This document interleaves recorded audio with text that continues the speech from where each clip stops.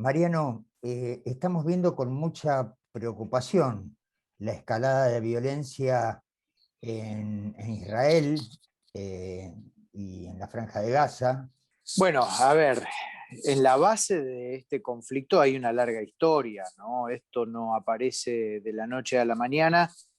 Sí, quizás hay algunos condimentos o algunas particularidades respecto de lo que provoca este nuevo pico de violencia entre judíos y palestinos en Israel y en los territorios palestinos.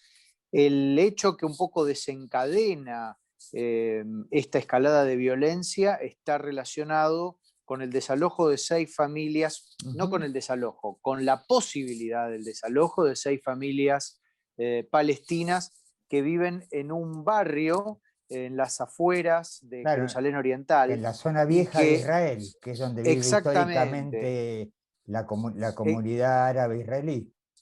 correcto, donde uno en realidad para encontrar un poco la explicación de todo esto debería remontarse a 1948 y la primera guerra entre árabes e israelíes. ¿Por qué? Porque Jerusalén en aquel momento se dividió de hecho en oriental y occidental. En el sector Claro, oriental fueron a vivir los palestinos y en el sector occidental los judíos. Lo que pasa es que antes estaban todos mezclados. claro. Entonces, hoy por hoy, a partir de 2 leyes sancionadas por el Parlamento israelí, hay judíos que reclaman aquellas tierras que tenían originalmente antes de 1948.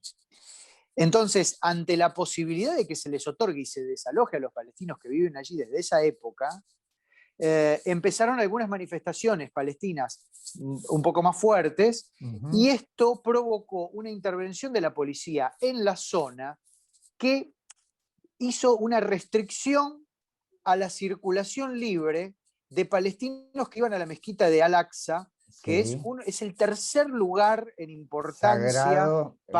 para la comunidad islámica, ¿no? La comunidad islámica local lo tomó como una agresión por parte de la policía, que generalmente no es muy delicada, que digamos.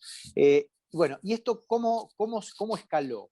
Y escaló de la siguiente manera. En la Franja de Gaza, que es uno de los lugares, podríamos decir uno de los 3 lugares donde está asentada la población palestina, yo creo que en las peores condiciones, porque la Franja de Gaza es un territorio muy angosto que tiene entre 6 y 12 kilómetros de ancho por 41 kilómetros de largo, Ujú. tiene 360 kilómetros cuadrados en total y viven 2 millones de personas prácticamente hacinadas ahí, Sin nada. que subsisten solamente gracias a la asistencia internacional y que además no domina ni siquiera su espacio marítimo ni aéreo, porque lo domina las Fuerzas Armadas israelíes.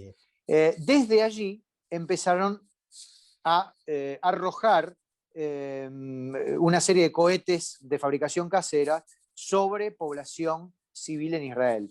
El Estado de Israel tiene montado un sistema antimisiles que a la amplia mayoría de estos misiles que fueron arrojados en el primer día, 850, para tener una imagen de la proporción. Sin embargo, hay otros que pasaron y provocaron daños. Lo que sucedió, o lo que sucede es que quienes gobiernan en la Franja de Gaza, esto hay que aclararlo, es una organización política con un brazo militarizado que es Ujú. Hamas, que es una organización catalogada por la mayor parte de las potencias occidentales como terrorista. Terrorista. Ahora, decíamos al principio que esto tiene ribetes diferentes que otras veces, y es Sí, así, ¿por qué? Porque independientemente de la escalada militar que se ha dado hasta el momento, sí, aparece otro fenómeno, que es el fenómeno civil. E exacto. incluso hay varias figuras de distintos partidos políticos israelíes que han advertido acerca de la posibilidad de que esto termine derivando en una guerra civil.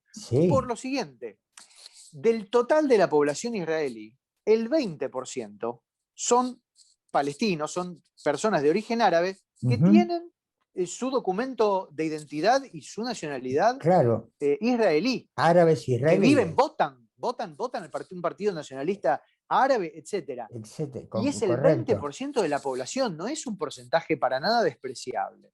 Y la realidad es que conviven perfectamente con los judíos israelíes hasta esta situación, porque lo que se acaba de registrar es lo que vos decías antes, linchamientos, patoteadas, incendio de personas que han sido incendio de atacadas en sus vehículos, comercios, etc. De un sector y del otro. Exacto. O sea, hay judíos atacados por árabes israelíes y hay árabes israelíes atacados por judíos. Judíos nacionalistas radicalizados. Y detrás, en el trasfondo de todo esto, hay algo que es al punto al cual a mí me gustaría llegar en esto, que es que hay estudios que indican que la radicalización hacia la derecha, hacia la ultraderecha intolerante, por parte de la juventud judía, es cada vez más grande. Y cuando esto se produce, lo que encontramos es un factor de retroalimentación entre los extremistas de Hamas de un lado y los extremistas nacionalistas ultraderechistas del otro, por parte de los judíos. Y estos fenómenos siempre tienden a retroalimentar la violencia. A mí me parece que Hamas está intentando hacer una apuesta a que el conflicto se desborde y se salga de control. ¿A qué me refiero con esto? Salirse de control significa que en esa disparidad de fuerzas de la que hablábamos antes, Israel salga a reprimir de una manera que ya no estaríamos hablando de daños colaterales, estaríamos hablando de matanza directamente. Exactamente. Si Israel aplica un poco del poder militar que tiene para resolver este conflicto sobre población civil, lo que se produciría es una matanza. Y si se llega a producir una matanza, esto va a actuar como factor aglutinante para que los distintos países de la comunidad árabe se reúnan en torno a la causa palestina y esto puede derivar entonces ya de una guerra civil en una guerra total, en una guerra convencional.